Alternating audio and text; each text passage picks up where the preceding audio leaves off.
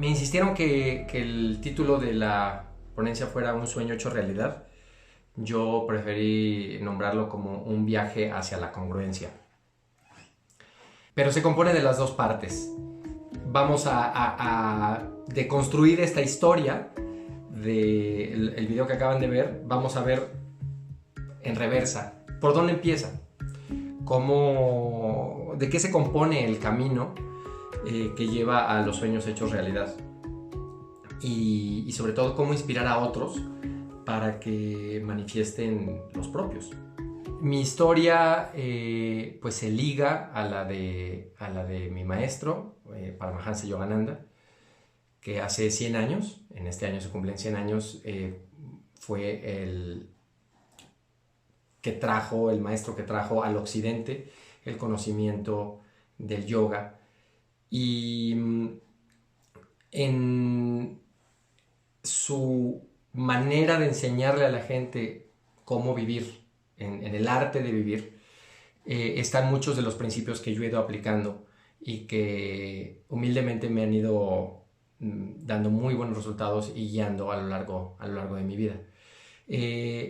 Entonces, el que está a la derecha soy yo, cuando tenía 10 años, en alguna visita, en alguna meditación. Y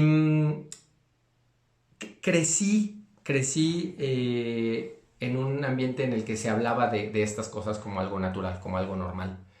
Y parte de lo que me impresionó mucho desde chico es esta idea de que vivimos en ciclos de evolución planetaria, evolución cósmica, que realmente regulan todo lo que está ocurriendo. Es como el plan maestro. Y Paramahansa Yogananda, en su libro La autobiografía de un yogi, lo explica con un concepto que después se ha ido expandiendo a lo largo del tiempo. Si podemos ver la siguiente, por favor. Entendiendo que nuestra humanidad y nuestro planeta, desde tiempos inmemoriales, desde hace muchas eras, se organiza en ciclos ascendentes y descendentes, ciclos ascendentes de 12.000 años, que culminan en la edad de oro, y ciclos descendentes de 12.000 años que culminan en la edad de hierro o Kali Yuga. Y esta es una danza permanente de esta creación, al menos enfocada en este planeta. Afortunadamente son viajes en espiral, y cada vez que regresa el círculo al mismo punto o se vuelve a vivir uno de estos yugas, como dice aquí, la espiral está en otro punto. Solo para ubicarnos, el Kali Yuga, esta época oscura, se remonta, digamos, a la época anterior a Cristo, el medievo. Como se fijan en la parte de abajo, gris, es la más corta. A medida que va subiendo y se va liberando la conciencia de la materia y se va volviendo más dispuesta a trabajar con las energías sutiles, como pasa en el Dwapara Yuga, que es en el que estamos ahora, los ciclos se van haciendo más largos. El primero es de 1200 años, el siguiente es de 2400 años, y así sucesivamente. El Dwapara Yuga, que es donde estamos ubicados ahora, empezó, digamos, un poco después de la Revolución Francesa, finales de 1800, principios de 1800, y la manera de saber que esto está ocurriendo es porque hay cambios muy definitorios en la conciencia humana. Hay grandes descubrimientos, como por ejemplo la energía, la electricidad, y cosas que cambian drásticamente el rumbo de la humanidad. Y en todo esto, en el marco de todo esto, yo de pequeño crecí, ¿sí?, con una sensación de apremio, porque había una amenaza que de alguna manera se sentía, y mi padre, por medio del cual yo recibí todo este conocimiento, decía que el gurú había predicho que vendría pues un tiempo muy, muy, muy crítico para la humanidad, muy, muy difícil, una crisis planetaria global sistémica. la cual creo que estamos empezando a ver ahora, estamos en el inicio de todo esto, y como proceso catalizador de estos ciclos ascendentes, pues hay que pasar por estos temas, pero en mi imaginación de joven, digamos, de alguien mucho más joven, pues era más parecido a un cataclismo que a lo que me parece que es en realidad, que es esta autodestrucción del ser humano en su construcción de un sistema solamente basado en la ganancia y en el crecimiento permanente para satisfacer los deseos del ego de unos pocos. Entonces había que estar preparado para cuando llegara este momento, y lo que yo recibí muchas veces era un mensaje de llegará el momento en el que tendrás que en tu casa tener un poco de tierra, unos animalitos, unas hortalizas y volverte autosuficiente, tener la capacidad de reducir tus necesidades, porque lo que se va a experimentar a nivel planetario va a requerir que puedas valerte por ti mismo. Y con estas ideas crecí. Y cuando ya me hice más joven, un adulto joven, pues viajé por todo el mundo, recorrí en expediciones, en lugares, siempre en contacto con la naturaleza, siempre encontrando en la naturaleza pues el bálsamo para mi corazón y para la experiencia cumbre de vivir en este planeta. Una vez ya que me casé en mi juventud pasada, o a este momento viajero, me casé y pues con mi esposa hicimos una familia formada por nosotros dos y dos hijos, y vivíamos en una casita urbana con un pequeño jardín. Íbamos con frecuencia a una huerta los fines de semana, que nos gustaba mucho, y anhelábamos esta vida en contacto con la naturaleza. Queríamos tener más de estos momentos, y bueno, también nos sirvió para aprender un poquito los cuidados de la tierra y demás. El tener permanentemente esta idea nos llevó a explorar y a conocer más lugares en donde había gente que ya había dado el brinco, que ya había cambiado de paradigma, que estaba en otra frecuencia. Esto que ven aquí son las ecoaldeas de México. Es un mapa que las ubica. A mí me parece que hay más que esas, incluso, que las que aparecen ahí, pero hay muchos formatos, y era para nosotros un motivo de gran gozo el ir a conocer los fines de semana distintas opciones, ¿no? Desde una casa rural en España, cuando esto empezó, nos preguntábamos, ¿sería una buena idea tener una casa rural o un centro holístico o una ecoaldea, ¿no? Como por ejemplo esta que está en el lado inferior izquierdo, que es de una familia en Veracruz, y que realmente se volcó en un proyecto mucho más radical de desprendimiento de la sociedad, de desprendimiento del sistema y de creación de un pequeño ecosistema totalmente sustentable. Y decíamos, bueno, pero es que una ecoaldea es un brinco demasiado grande para nosotros, es un planteamiento que nos retaba demasiado y que nos obligaba a darle también un rumbo muy distinto a lo que nosotros crecimos y a lo que nuestros hijos podían tener, como educación, por ejemplo. Pero bueno, ahí aprendimos conceptos como la permacultura, y también nos preguntamos, bueno, podría ser un fraccionamiento ecológico, en fin, muchos formatos, y recorrimos muchos estados de la geografía mexicana en busca de estos modelos, de estos ejemplos. Y lo que persistía era la sensación de queremos esto, y cada vez parece como más inalcanzable. Y al mismo tiempo, la intención se iba fortaleciendo. ¿En qué emoción queremos vivir? ¿Qué emoción deseamos experimentar más?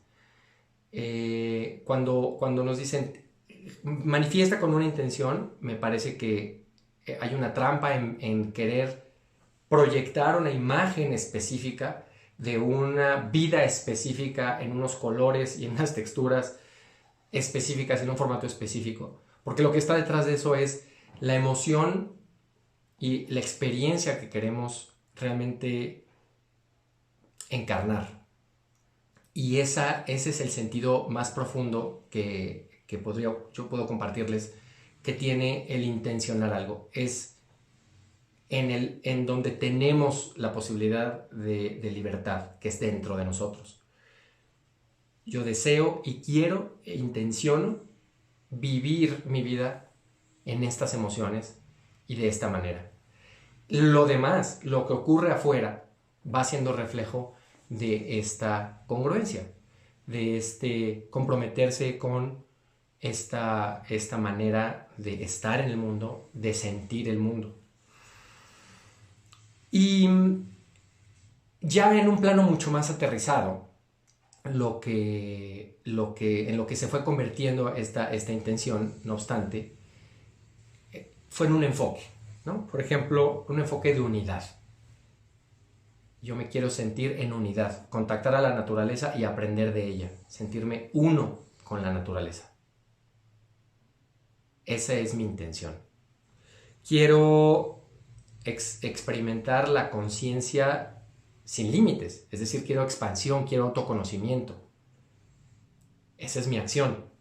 Mi intención va hacia percibirme sin límites y expandir mi conciencia. O deseo sentir que estoy cuidando y haciendo algo por el planeta. Bueno, entonces debo de consumir más responsablemente. Debo de tomar ciertas decisiones que hagan de mi estancia en este mundo algo más responsable para con todos. Y así, punto por punto. O por ejemplo, compartir, que es desarrollar la conciencia en otras personas. O después entendí que había que despertar el merecimiento y sentir esta gratitud y este merecimiento, que se parece un poco a la historia de Kumar con la que empezamos. Me merezco lo mejor, y en la medida en la que voy recibiendo, doy gracias y me enfoco en lo que me ha ido llegando, en lo que me ha venido regalando la vida.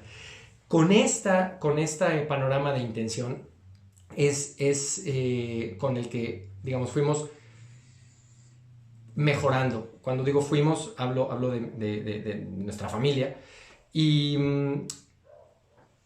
parecería imposible porque nuestro anhelo chocaba con una realidad, que es que nosotros vivimos en una de las 3 megalópolis más grandes del planeta, con casi 21 millones de habitantes, que es la Ciudad de México.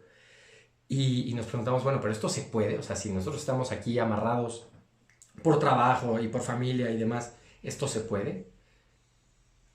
¿De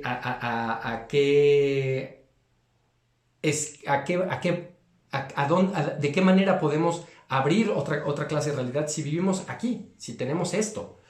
Y sin embargo, se fue abriendo, y por medio de amigos que vivían en la zona, a las faldas de esta montaña que ven aquí. Esta montaña es el Ajusco, es el pico más alto del Valle de México, una montaña de casi 4,000 metros sobre el nivel del mar. Y en las faldas de esa montaña, pues teníamos amigos que vivían en una zona que nos parecía muy bonita, pero un poco como fuera de nuestra realidad.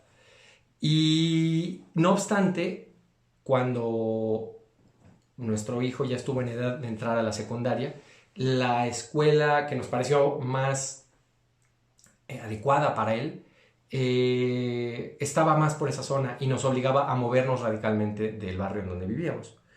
Entonces, pues nos instalamos en esa zona de la ciudad, con la idea de ver cómo podía sentirse la vida en un lugar así.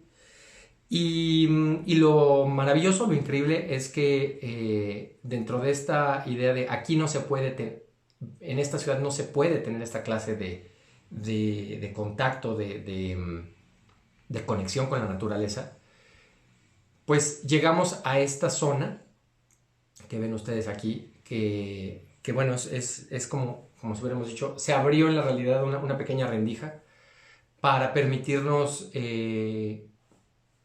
ubicarnos en una reserva de poco menos de 1,000 hectáreas, con una variedad de especies increíble, todavía viva. Y las líneas rojas que ven ahí que son además el cauce de un río que forma una de las barrancas pues todavía existentes de la cuenca.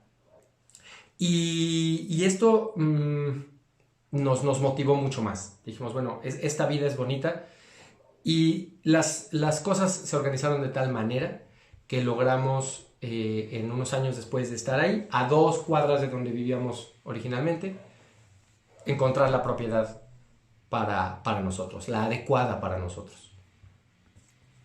Y les muestro esto que nos lo hicieron unos expertos.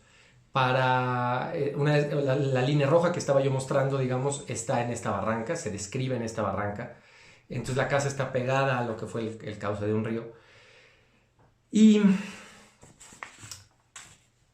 usamos el terreno de la forma más natural posible.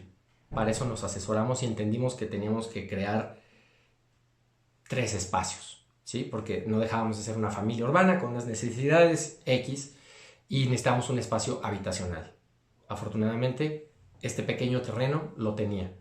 También una zona pública con un salón para poder compartir los saberes, y una zona de huerto, una zona para esta idea de autoconsumo y de trabajo con la tierra, en la que un bosque comestible, una milpa para cultivar maíz y varios cultivos, pues eran posibles de verdad. Si queríamos dar estos pasos, teníamos que empezar a asumir que no somos expertos en tecnologías de la naturaleza ni en ecotecnias, pero que podemos ser aprendices.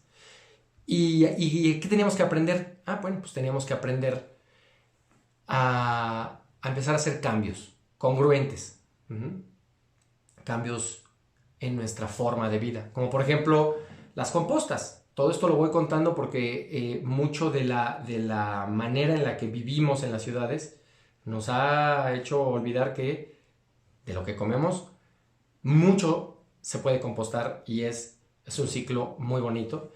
Y hemos experimentado con composteras cerradas, lombricompostas, compostas al aire libre, y eso nos llevó a entender también que nuestros residuos y todos los materiales que consumimos, en realidad había que reeducarnos. Teníamos que entender que la basura es el revoltijo de cosas que se desechan. Sin embargo, cuando las separas y entiendes qué es cada material, hay mucho menos desperdicio y mucho más eficacia en lo que vas consumiendo y en cómo lo vas desechando. Aquí vemos algún taller que hicimos entre vecinos para podernos enterar todos cómo hacer esto de mejor manera. Y entre los cambios congruentes, pues también estaba el minimizar el uso de los recursos, es decir, reducir nuestra huella ecológica, porque todos decimos, bueno, ¿qué puedo hacer por el planeta? Me preocupa el cambio climático. Empieza por reducir tu consumo, empieza por trabajar distinto y empieza por que tu huella ecológica y tus recursos sean lo mínimo posible. Instalamos paneles solares, abunda aquí el sol, y por ejemplo hemos estado experimentando con la captación de agua de lluvia y aprendiendo cómo no hacer las cosas a partir de errores. Como ven aquí en esta foto de la derecha, es una canaleta muy sucia con una eficacia de captación de lluvia muy baja, que poco a poco vamos entendiendo a medida que vamos avanzando en este camino humilde de ser aprendices. Y la parte por la que había empezado en esta idea de que cuando yo era chiquito me educaron a que debíamos de hacernos autosuficientes en cierta medida, pues se cristalizó en un huerto familiar, y también en el trabajo de este huerto familiar el involucrar a nuestros hijos ha sido importante, porque aunque vienen, ¿no? Ellos dicen, bueno, son adolescentes y quieren hacer otras cosas, quieren estar con sus amigos, pues son momentos de unión familiar muy bonita, que además ahora justo durante la cuarentena nos vinieron muy bien como actividad para todos. Y vamos experimentando con distintos tipos de hortalizas, con distintos tipos de plantas, de flores, de hierbas de olor y entendiendo la relación y la interrelación de las plantas y sobre todo del suelo.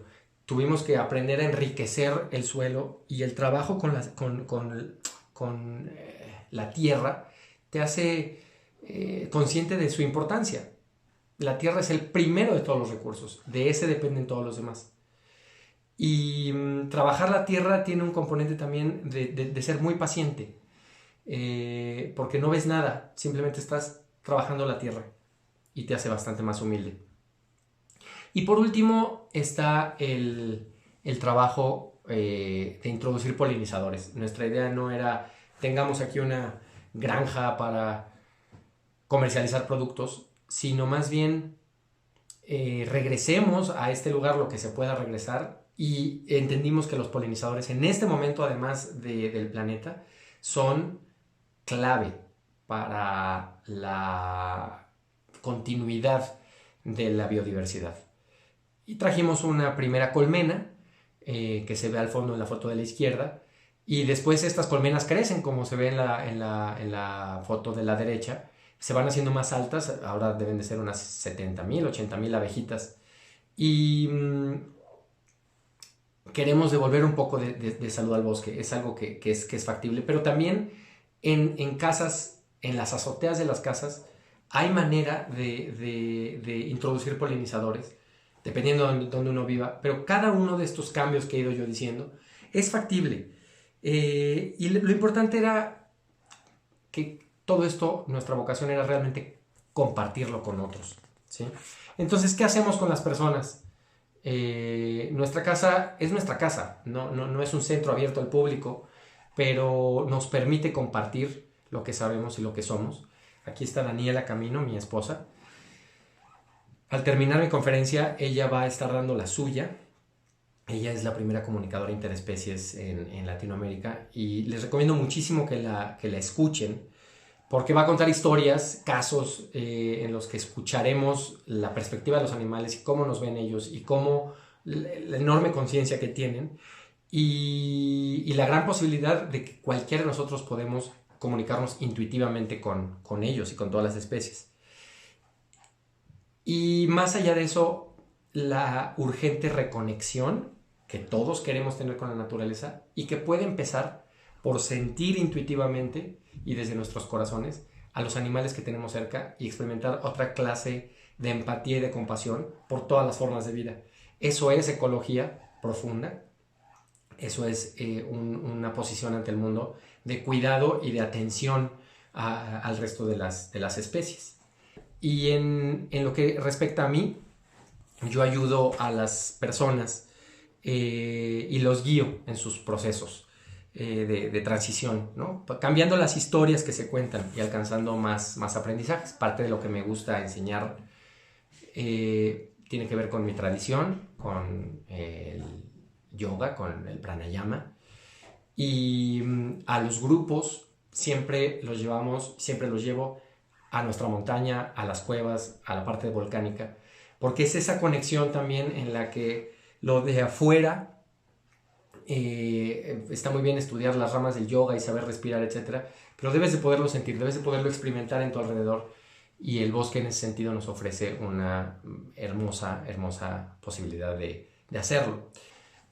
Pues están los recursos más narrativos en forma de meditaciones guiadas o de audiolibros que he ido produciendo a lo largo del tiempo y que están disponibles en YouTube.